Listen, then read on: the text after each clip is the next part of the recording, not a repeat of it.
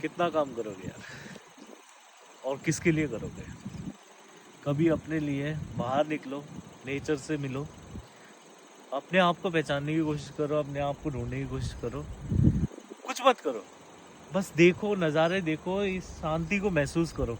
आओ आपसे नेचर से मुलाकात कराते हैं।